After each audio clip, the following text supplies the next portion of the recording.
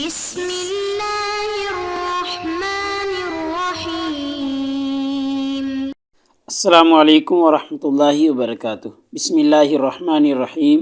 عزیز طلباء کرام، ایم.اے اسلامیات کے مضمون اسلام اور سائنس کا آج ہمارا سبق نمبر 3 ہے، جس کا عنوان ہے سائنسی طریقہ کار۔ تو نیا سبق شروع کرنے سے پہلے ہم پچھلے سبق یعنی سبق نمبر 2 کا خلاصہ دیکھتے ہیں۔ پچھلے سبق میں ہم نے سب سے پہلے ایک تمہیدی بات پڑھی تھی، اور تمہیدی بات پڑھنے کے بعد ہم نے اسلام اور سائنس کا آپس میں تعلق دیکھا تھا مختلف زاویوں سے، جن میں پہلا زاویہ تھا کہ خالق اور مخلوق کا تعلق، یعنی سائنس کا تعلق مخلوق سے ہے اور مذہب اسلام کا تعلق خالق سے ہے۔ ایسے ہی ہم نے ایک اور زاویے سے اسلام اور سائنس کا تعلق دیکھا تھا کہ سائنس اور اسلام کی بنیاد کیا ہے، کہ سائنس کی بنیاد بھی علم پر جاننے پر رکھی گئی ہے، اور اسلام کی بنیاد پہلی وحی جو ہے وہ بھی علم کے اوپر رکھی گئی ہے۔ ایسے ہی ایک اور زاویے سے ہم نے دیکھا کہ چیزوں کی تہ تک پہنچنا، تو اسلام بھی یہی چاہتا ہے کہ حقیقت تک پہنچا جائے، اور سائنس بھی تہ تک پہنچنے کی متقاضی ہے۔ ایسے ہی ہم نے پچھلے سبق میں پڑھا تھا کہ اچھا انداز فکر اپنانے کا حکم دیا ہے اسلام نے بھی، اور سائنس کا بھی یہی تقاضا ہے کہ غیر جانبدار ہو کر کسی چیز کی تحقیق اور تجربہ کیا جائے۔ ایسے ہی غور نہ کرنے والوں کی مذمت کے بارے میں بھی ہم نے پڑھا تھا۔ تو یہ چند زاویوں سے ہم نے اسلام اور سائنس کے تعلق کو دیکھا تھا، اور پھر آخر میں ہم نے اسلام اور سائنس کے بارے میں دیکھا تھا کہ مسلمانوں کا اور سائنس کا کیا تعلق رہا ہے۔ تفصیلاً ہم نے اس پہ بات کی تھی۔ تو انشاءاللہ آج کے اس سبق میں ہم سب سے پہلے سائنسی طریقہ کار کی وضاحت کریں گے، اس کی سے کیا مراد ہے، اس کی تعریف کیا ہے، اور پھر ہم سائنسی طریقہ کار کی اہمیت اجاگر کرنے کی کوشش کریں گے، اور ایسے ہی پھر آخر میں ہم سائنسی طریقہ کار کے مراحل کو دیکھیں گے، جن میں سب سے پہلا مرحلہ ہے مسئلے کا انتخاب، اور پھر مفروضوں کی تشکیل، پھر تجربہ، پھر مشاہدہ، اور پھر نتیجہ نکلتا ہے۔ تو یہ سائنسی طریقہ کار کے مراحل ہیں، انشاءاللہ ان کو ہم بھی تفصیل دیکھیں گے۔ اب ہم سب سے پہلے سائنسی طریقہ کار کی وضاحت کرتے ہیں۔ تو ہمارے ارد گرد جو بے شمار واقعات رونما ہوتے ہیں، یہ تمام واقعات ایک قدرتی نظام کے تحت واقع ہوتے ہیں۔ ان واقعات کے قواعد معلوم کرنا، قواعد کے بارے میں جاننا، اور ان کی درجہ بندی کرنا، حد بندی کرنا، یہ سائنسی طریقہ کار کہلاتا ہے۔ یعنی جتنے بھی ہمارے ارد گرد واقعات رونما ہوتے ہیں، وہ سارے کے سارے قدرت کے نظام کے تحت ہوتے ہیں، قدرت کے نظام سے باہر کوئی بھی چیز نہیں ہے۔ اب جو یہ واقعات ہوتے ہیں، ان کی وجوہات جاننا، ان کے قواعد معلوم کرنا، ان کے اسباب جاننا کہ یہ کیوں رونما ہو رہے ہیں، تو ان کی جو یہ معلومات لینا ہے قواعد کے بارے میں، ان کی درجہ بندی کرنا کہ کون سا واقعہ اہم ہے، کون سا غیر اہم ہے، تو ان کے بارے میں ساری معلومات جو ہوتی ہیں وہ سائنسی طریقہ کار کہلاتی ہیں۔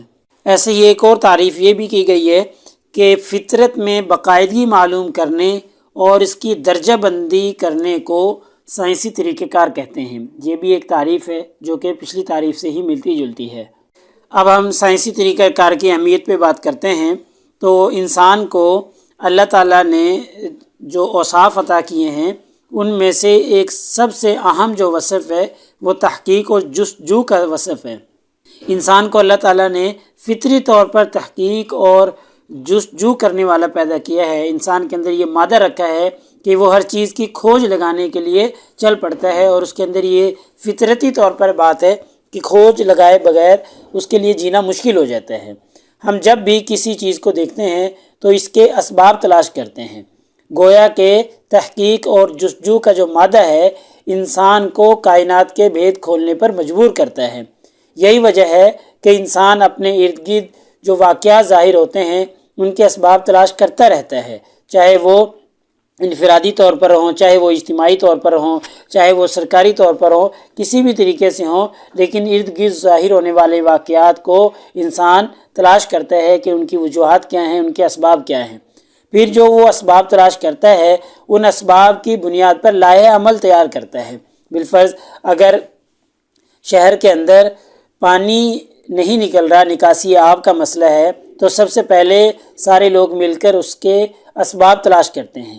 اسباب تلاش کرنے کے بعد پھر ان کے اوپر اپنا لائحہ عمل طے کرتے ہیں تاکہ دوبارہ ایسا کام نہ ہو۔ تو اس مقصد کے لیے پھر بعض اوقات وہ مفروضے بھی قائم کرتے ہیں. جب کوئی سبب نہیں مل پاتا تو اپنی طرف سے کوئی فرضیہ کوئی مفروضہ قائم کر لیتے ہیں. تو سائنسی طریقہ کار ہمارے ان مفروضوں کو ٹیسٹ کر کے ان کی تصدیق یا تردید کرتا ہے. یعنی ان مفروضوں کو سائنسی طریقہ کار ٹیسٹ کرتا ہے. ٹیسٹ کرنے کے بعد اگر وہ صحیح ہوں تو پھر ان کی تصدیق کر دیتا ہے، اور اگر وہ صحیح نہ ہو تو پھر ان کی تردید کر دیتا ہے.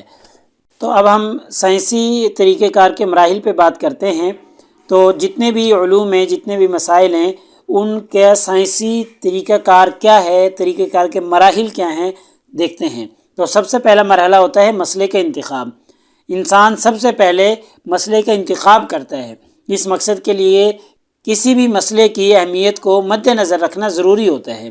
یعنی جو مسئلہ جتنا اہم ہوتا ہے اس کو سب سے پہلے رکھا جاتا ہے، کیونکہ کچھ مسائل ایسے ہوتے ہیں جن کا حل فوری نہیں کرنا ہوتا، ضرورت نہیں ہوتی کہ فوری حل کیا جائے، اور کچھ مسائل ایسے ہوتے ہیں کہ جن کا حل فوری کرنا پڑتا ہے.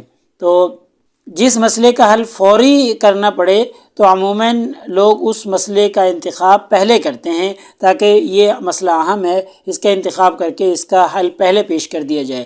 تو مسئلے کا سب سے پہلے منتخب کرنا ہوتا ہے کہ کون سا مسئلہ اہم ہے، کون سا غیر اہم ہے. جو اہم ہوتا ہے، جو فوری حل طلب ہوتا ہے، اس کو پہلے رکھ کر اس کا حل نکالا جاتا ہے، یا اس کے بارے میں مفروضے قائم کیے جاتے ہیں. جو بھی ہوتا ہے، بہرحال پہلا مرحلہ ہے کہ مسئلے کو منتخب کرنا، مسئلے کا انتخاب کرنا. تو ایسے ہی جب مسئلے کا انتخاب ہو جاتا ہے، مسئلہ منتخب کر لیا جاتا ہے، تو پھر اس مسئلے کے حل کے لیے مفروضوں کی تشکیل دی جاتی ہے. کوئی ایک مفروضہ، کوئی ایک فرضیہ قائم کیا جاتا ہے. جب تک مسئلے کا انتخاب نہیں ہوتا اس وقت تک مفروضہ کی تشکیل نہیں ہو سکتی.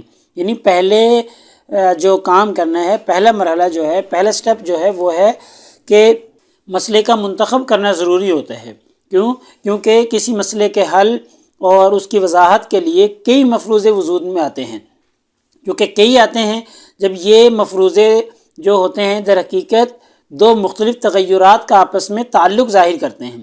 اسی تعلق کا مواد اکٹھا کر کے کوئی نتیجہ اخذ کرنا یہ تحقیق کا اہم اور مرکزی موضوع ہوتا ہے. اور اسی طریقے سے مفروضے کی مدد سے کسی نظریے کو درست یا غلط بھی ثابت کیا جاتا ہے، اور اس میں حقائق کے مطابق جو ترمیم کی جاتی ہے وہ بھی ممکن ہوتی ہے، یعنی ترمیم کی جا سکتی ہے. پھر اس کے بعد جب مفروضہ قائم ہو جاتا ہے، مفروضہ قائم ہونے کے بعد مفروضے کی تصدیق کے لیے مشاہدہ یا تجربہ کیا جاتا ہے. اگر مفروضے کی تصدیق ہو جائے تو پھر یہ مفروضے حقیقت بن جاتے ہیں، اور اگر مفروضے کی تصدیق غلط ثابت ہو جائے، یعنی درست ثابت نہ ہو، تو پھر نئے حقائق کو مد نظر رکھتے ہوئے پہلے نظریے میں بذریعہ ترمیم تصحیح کی جاتی ہے. یعنی جو پہلا نظریہ ہوتا ہے اس میں پھر مزید تصحیح کی جاتی ہے، ترمیم کی جاتی ہے، اور اس کو بھی حقیقت بنانے کے لیے کوشش کی جاتی ہے. یعنی مفروضے کو قائم کرنے کے بعد اس کی تصدیق یا تردید کے لیے کام کیا جاتا ہے. اگر اس کی تصدیق ہو جائے تو ٹھیک ہے، وہی حقیقت بن جائے، اور اگر اس کی تردید ہو جائے تو پھر اس کو درست ثابت کیا جاتا ہے، اور ترمیم کی جاتی ہے، تصحیح کی جاتی ہے، اور اس مفروضے کو درست بنانے کی کوشش کی جاتی ہے. پھر اس کے بعد جو تیسرا مرحلہ آتا ہے وہ تجربہ کا آتا ہے. یعنی جب مفروضوں کی تشکیل دے دی جاتی ہے، مفروضے قائم کر لیے جاتے ہیں، تو مفروضوں کی تصدیق کے لیے عملی طور پر جو کچھ کیا جاتا ہے، جو کچھ کہا جاتا ہے، وہ تجربہ کہلاتا ہے. تجربہ کی سائنس میں بہت اہمیت ہے. تمام مفروضوں کی جو تصدیق کی جاتی ہے وہ تجربے کے ذریعے ہی ہوتی ہے. یعنی کوئی بھی ایسا مفروضہ نہیں جس کی تصدیق بغیر تجربے کے ہو جائے. تجربہ کے بغیر کسی مفروضے کی تصدیق نہیں ہو سکتی. اور آپ کو پتہ ہے کہ سائنس میں جس چیز کو تجربے کے بغیر ثابت کیا جائے اس کی کوئی اہمیت نہیں ہوتی. وہ صرف ایک مفروضے کی حد تک ہوتا ہے، اور مفروضے کی کوئی اہمیت نہیں ہوتی جب تک کہ اس کو تجربہ سے ثابت نہ کیا جائے. اسی طریقے سے تجربے کے لیے ضروری آلات بھی استعمال کیے جاتے ہیں. یعنی اس تجربے سے متعلقہ جو آلات ہوتے ہیں ان آلات کو استعمال کر کے پھر تجربہ کیا جاتا ہے. اور اس کی ایک مثال سمجھ لیں، ہم سائنس کی کتابوں میں پڑھتے رہتے ہیں کہ جب گندک کو آگ پر رکھ کر گرم کیا جاتا ہے تو وہ فضا سے آکسیجن حاصل کرتی ہے، اور آکسیجن حاصل کر کے جل اٹھتی ہے، اس میں آگ بھڑک اٹھتی ہے. یہ بات اسی وقت درست تسلیم کی جائے گی جب ہم تجربے سے یہ بات ثابت کریں گے. یعنی تجربہ کر کے دکھائیں گے کہ جو گندک ہے اس کو آگ پر رکھ کر گرم کریں گے اور وہ فضا سے آکسیجن حاصل کر کے وہ بھڑک اٹھے گی، اس میں آگ نکل اٹھے گی۔ جب یہ تجربہ کر کے ہم دکھائیں گے تو پھر یہ ایک مفروضے سے نکل کر حقیقت کا روپ دھارے گی۔ اور اگر ہم اس کو بغیر تجربہ کیے ہی ثابت کرنے کی کوشش کریں تو پھر اس کی کوئی اہمیت نہیں ہوگی، پھر اس کو ایک مفروضے کی حد تک تو لیا جائے گا، پھر اس کو حقیقت تسلیم نہیں کیا جائے گا۔ پھر اس کے بعد جو اگلا مرحلہ آتا ہے وہ ہے مشاہدہ۔ مشاہدہ بذریعہ آنکھ کسی چیز کے بغور جائزہ کرنا۔ مشاہدہ کہتے ہیں کہ بذریعہ آنکھ کسی چیز کا خوب غور و فکر کے ساتھ جائزہ کرنا، اس کا نام مشاہدہ رکھا جاتا ہے۔ مشاہدہ جو ہے وہ تجربات کا پہلا زینہ ہوتا ہے، پہلا سٹیپ اور پہلا مرحلہ ہوتا ہے جس سے محققین گزرتے ہیں۔ اور یہ بات بھی آپ تسلیم کرتے ہیں اور تسلیم شدہ بات ہے کہ سائنس مشاہدے سے شروع ہوتی ہے اور مشاہدے پر ہی ختم ہو جاتی ہے۔ محققین مشاہدے کو استعمال میں لا کر کسی خاص شعبے میں تحقیق کرتے ہیں اور پھر اس تحقیق سے آگے نتیجہ نکالتے ہیں جو کہ اگلا مرحلہ ہوتا ہے۔ تو اس کے بعد جو آخری مرحلہ جو ہوتا ہے وہ نتیجہ ہوتا ہے۔ تو نتیجہ اخذ کرنے کے دو طریقے ہوتے ہیں۔ پہلا جو طریقہ ہوتا ہے وہ ہوتا ہے استقرائی طریقہ۔ استقرائی طریقہ میں جو استدلال کیا جاتا ہے وہ خاص سے عام کی طرف کیا جاتا ہے، یعنی مخصوص چیزوں پر تجربہ کیا جاتا ہے اور اس تجربے سے جو نتیجہ نکلتا ہے وہ عام ہو جاتا ہے۔ اس کی ایک مثال سمجھیں، مثال سے بات سمجھ آ جائے گی۔ بالفرض ایک کمپنی ہے اور اس میں کچھ ملازمین کام کر رہے ہیں اور بالفرض 100 ملازمین کام کر رہے ہیں، ان میں سے 50 ملازمین نے اس کمپنی کو چھوڑ دیا۔ اب ہم کیا کریں گے، جو کمپنی کے ملازمین نے کمپنی کو چھوڑا ہے ہم اس پر مفروضہ قائم کریں گے کہ بالفرض انہوں نے مالکان کے برے رویے کی وجہ سے کمپنی کو چھوڑا ہے۔ پھر اب ہم اس مفروضے کو درست یا غلط ثابت کرنے کے لیے ایک سوال نامہ تشکیل دیں گے اور ہر ایک ورکر سے اس کا انٹرویو کریں گے اور اس کی وجہ پوچھیں گے کہ اس نے کمپنی کو کیوں چھوڑا ہے۔ تو جب ہمارے پاس سوال نامہ تیار ہو کر ان کا جواب ہمارے سامنے آ جائے گا، انٹرویو کی معلومات ہمارے سامنے آ جائیں گی، تو پھر ہمارا مفروضہ درست ہوگا یا غلط ثابت ہوگا۔ اگر ہمارا مفروضہ درست ثابت ہوا اور 50% یا 50% سے زائد ملازمین نے کہہ دیا کہ مالکان کے برے رویے کی وجہ سے انہوں نے کمپنی کو چھوڑا ہے، تو یہ ایک حقیقت بن جائے گی کہ بھئی جہاں بھی کمپنی کے مالکان ورکر کے ساتھ، ملازمین کے ساتھ برا رویہ رکھیں گے وہاں سے ملازمین چھوڑ دیں گے۔ یہ ایک پھر عام چیز بن جائے گی، یعنی سوال نامہ اور جو تجربہ کیا گیا ہے وہ تو خاص کمپنی کا کیا گیا ہے، لیکن خاص سے عام کی طرف نتیجہ نکل جائے گا کہ بھئی پھر وہ ایک حقیقت بن جائے گی اور وہ حقیقت عام ہو جائے گی کہ جہاں کہیں بھی مالکان برا رویہ رکھیں گے ملازمین کے ساتھ وہاں ملازمین ان کو چھوڑ کر چلے جائیں گے۔ ایسی ایک دوسری مثال سمجھ لیں کہ بالفرض کسی اسپتال میں معذور بچے ہوں اور ان کی جو معذوری ہے، معذوری کا جو اصل سبب اور وجہ ہے وہ پولیو ہے، تو ہم اس مفروضے کا اطلاق عام واقعات پر بھی کر دیں گے اور ہم کہیں گے کہ اکثر بچے پولیو کے مرض کی وجہ سے معذور ہوتے ہیں۔ کیوں؟ کیونکہ ایک اسپتال میں زیادہ تر بچے جو معذور ہو رہے ہیں وہ پولیو کی وجہ سے ہو رہے ہیں، تو ہم یہ کہہ دیں گے کہ اور اس حکم کو عام کر دیں گے کہ عموماً بچے جو معذور ہوتے ہیں وہ پولیو کی وجہ سے ہوتے ہیں۔ تو یہ پہلا طریقہ ہے استقرائی طریقہ، یعنی خاص سے عام کی طرف حکم نکل جاتا ہے، نتیجہ نکل جاتا ہے۔ اسی طریقے سے نتیجہ اخذ کرنے کا جو دوسرا طریقہ ہے اس کا نام ہے استخراجی طریقہ۔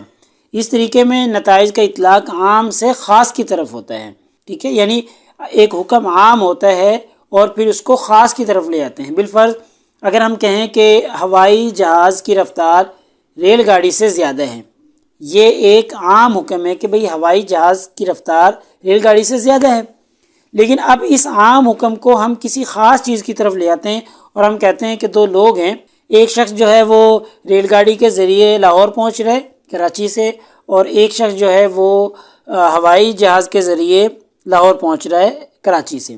دونوں نے بیک وقت سفر شروع کیا تو ہم پوچھیں گے کہ بھئی کون پہلے پہنچے گا، تو خاص طور پہ جواب یہ ہوگا کہ جی جو ہوائی جہاز سے آ رہا ہے وہ پہلے پہنچ جائے گا۔ کیوں؟